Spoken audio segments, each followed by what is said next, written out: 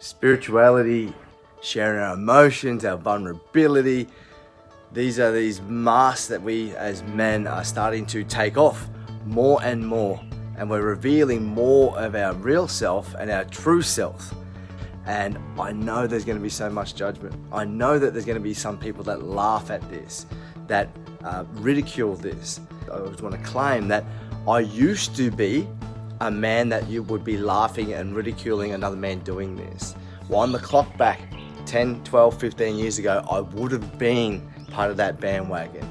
And the reason most people ridicule or laugh at something is because they don't understand it. That it's easier to ridicule something than to try it on for themselves.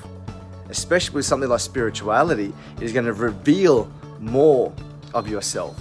I'm going to share a little bit about my story, my journey pertaining to spirituality, because it's only been like the past maybe 3 years that I've fully owned my spiritual path and have been vocal in my life and my household and my family and friends, but also here on social media.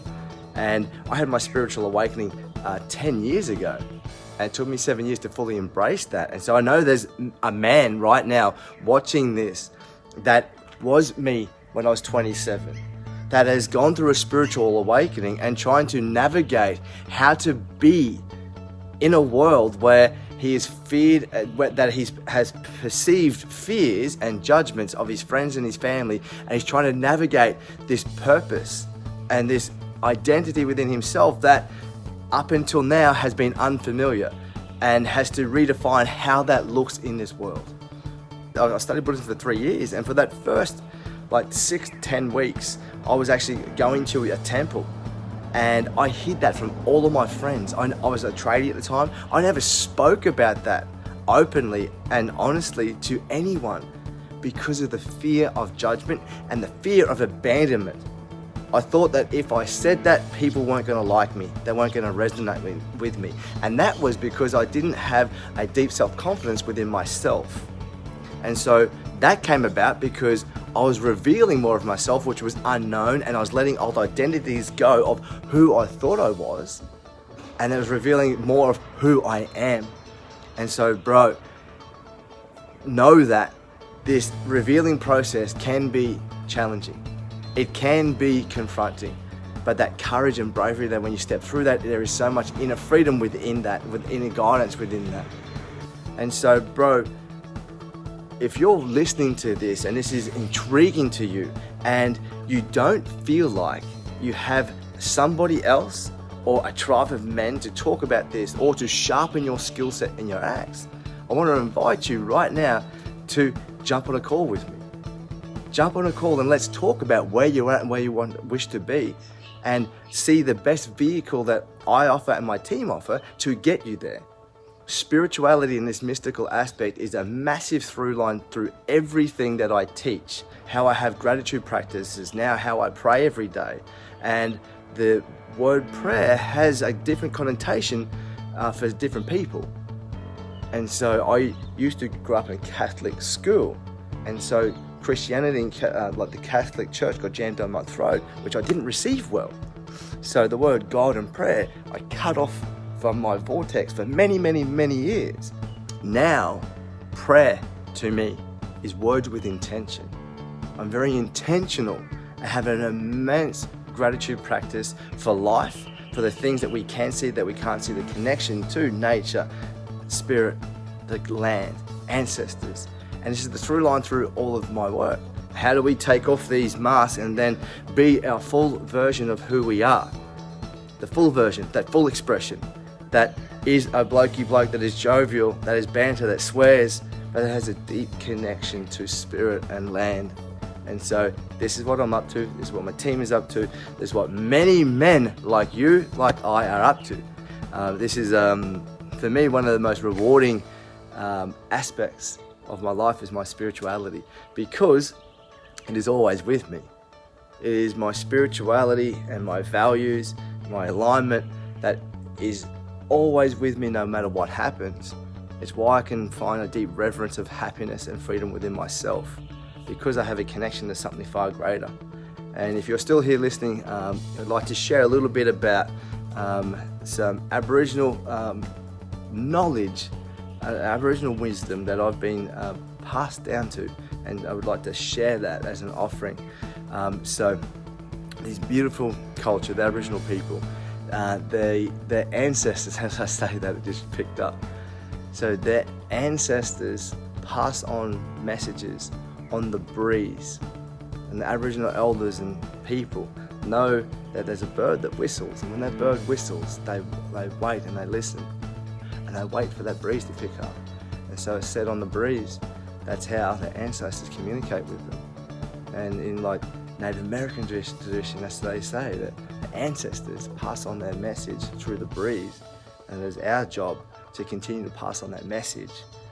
There's so much wisdom in Indigenous culture. They had a deep reverence to the land. Every single Indigenous culture on this beautiful planet has an immense gratitude and connection to Mother Earth and the spirit world. Aboriginal people, they are said to walk between the two worlds, here and up here, or like the in here, the inner, the dream world, the ancestral world, the spirit world. And then that's how they walk their life. And they got taken away from them when white man came here. It would be very challenging for them to not have that deep reverence and that connection to their land, to their people, to their ancestors. Yet, what I'm talking about with that connection to land and spirit is something that we are all connected to. All tribes and all Indigenous people are connected to. And so, yeah, that when we as men find that culture within ourselves, we can definitely feel at home, feel like we belong. The feeling, and that's what the spiritual aspect is. It's a feeling, it's a knowing. You can't touch it. You can feel it, we can have direct experiences of it. You can't physically touch it. And then that's why I didn't trust it, because I couldn't see it, because I couldn't make sense of it back when I was 20, 25. And then at 27 had this experience of something. It's like, how can I explain that? I'm going to go on that journey. I'm going to go down that path. Everything that I learned at school, everything that I've been taught up until 27 years, I questioned, because no one had ever told me about that world. And these things that I was experiencing, and they were so real that I had direct experiences of them. So rather than diminishing that, I made it my mission to find out what the fuck that was. And the only people that I knew that meditated were Buddhists. So that's why I went and studied Buddhism. I started just consuming Dharma. I would go to work at the trade, I would go home and read Buddhism books for like hours and hours and hours. That's all I did. Then I found a temple in Brisbane and started like going there on the weekends and sitting with amazing monks and asking them proverbs and just learning about the present moment, about all of this stuff that was new to me. And through this process, there wasn't so many people that were actually talking about that looked like me, that were like me, young 27-year-old dudes that had done drugs and alcohol and had addictions, but wanted to find out what this was.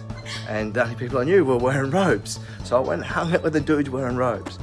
And now, fast forward to this moment, 10 years on, these are the robes.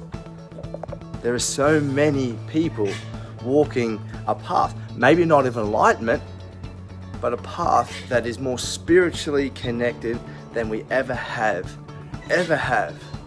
But now more than ever, and especially because of this thing, the internet, we are able to be more connected than ever and explore this realm, this thing that we can't see, that we're deeply connected to.